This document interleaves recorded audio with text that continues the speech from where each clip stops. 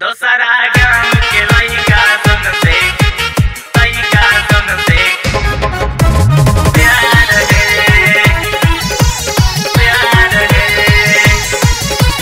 Presents by Unique Films.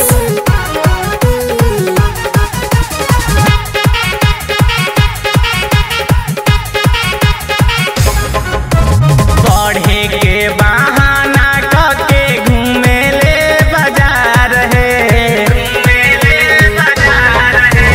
पढ़े के बहाना करके घूमे ले बाजार है। दूसरा गाँव के लइका सन से करे छौड़ी प्यार है। दूसरा गाँव के लइका सन से करे छिहत्तरी प्यार है। दूसरा गाँव के लइका सन से करेली सन प्यार है।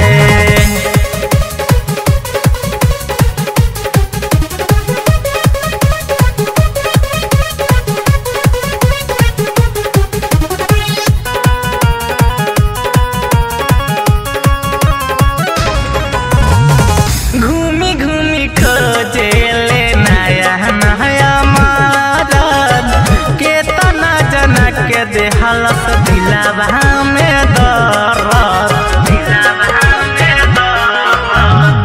घूमी घूमी खोजे ले नया नया मरद के तना जना के देहलस दिलावा में दर्द।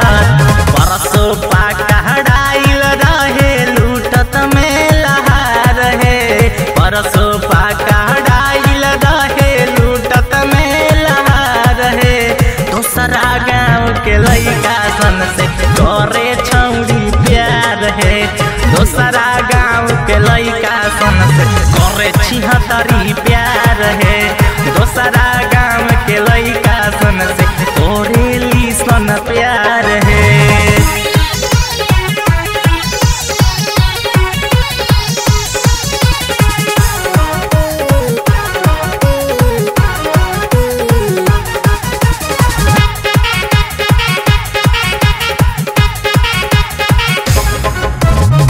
बापू माई के इज्जत दिहलस माटी में मिलाई।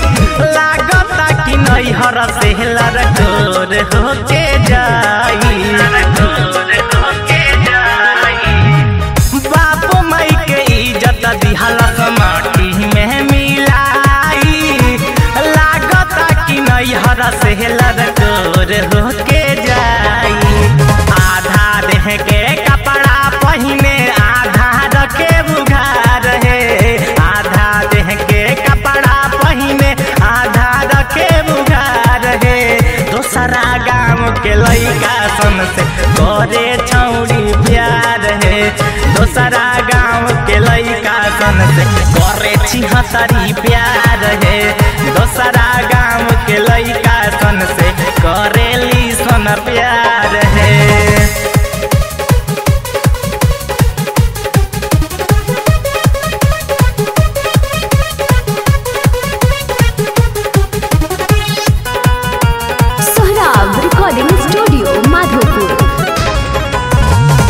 रात भर करे लालू सोहराब से चैटिंग। संदीप उज्जवल के उड़ा कहतिया वेटिंग। रात भर करे लालू आकाश से चैटिंग। संदीप मोनू के उड़ा कहतिया वेटिंग। लचके एकर पतली कमरिया करती कहियो मार है। लचके एकर पतली कमरिया घूमे जिला जवार है। दूसरा गाँव के लइका सन से करे छौड़ी प्यार है। दूसरा गाँव के लइका सन से करे छिहत्तरी प्यार है। दूसरा गाँव के लइका